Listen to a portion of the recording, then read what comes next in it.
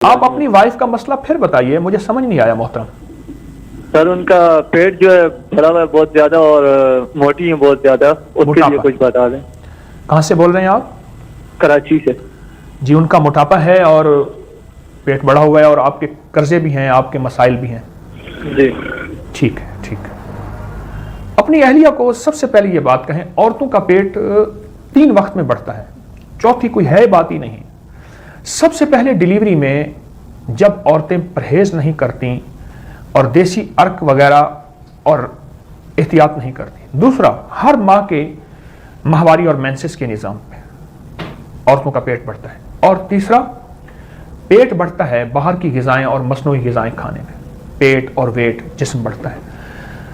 یہ 3 اوقات ہیں کہ عورتوں کے پیٹ بڑھتے ہیں اور عورتیں جسم میں اب نارمل ہو جاتی ہیں اور بہت زیادہ اب نارمل ہو جاتی ہیں۔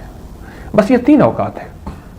جب ان 3 اوقات میں انسان احتیاط نہیں کرتا تو پھر اس کا پیٹ بڑھتا ہے۔ غذاؤں کی فراوانی، نعمتوں کی فراوانی زیادہ ہونا اور دن رات کھانا ہی کھانا ہے، حالانکہ کھانے کے لفظ میں کھانا ہے، کھانا یعنی معلوم ہوتا ہے کہ احتیاط سے کھا، احتیاط سے کھا۔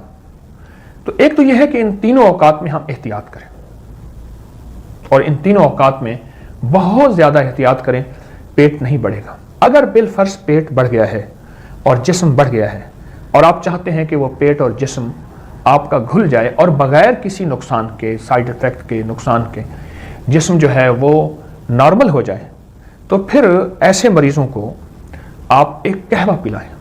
وہ قہوہ میں بتاتا ہوں، دارچینی، صرف دارچینی، لیموں اور اس میں ہلکا سا شہد، بالکل ہلکا سا۔ آپ ایسا کریں، دارچینی کو کوٹ کے رکھ لیجیے چائے کی پتی کی طرح، اسے 1.5 کپ پانی میں آدھا چمچ ڈالیے، خوب ابالیے ہلکی آنچ میں، اور اس کے بعد 1 کپ باقی بچے گا، اس میں آدھا چمچ شہد کا ڈالیے اور ایک پورا لیمو اس میں نچوڑ لیجیے، پورا لیمو۔ جب لیمو نچوڑیں گے، اس دارچینی کی گرمی بالکل ختم ہو جائے گی، اب یہ معتدل اور نارمل ہو جائے گا، ہر صحت، ہر شفا اور ہر طبیعت کے لیے بہترین بن جائے گا۔ اب اس کو آپ مستقل آپ پئیں۔ یہ 1 کپ صبح دوپہر شام بھی پی سکتے ہیں، دن میں 3 بار بھی پی سکتے ہیں، دن میں 2 بار بھی پی سکتے ہیں، 1 بار بھی پی سکتے ہیں۔ موٹاپے کا بہترین علاج ہے اور بغیر کسی نقصان کے، بغیر کسی گردوں اور جگر اور باقاعدہ اعصاب پہ نقصان دیے ہوئے۔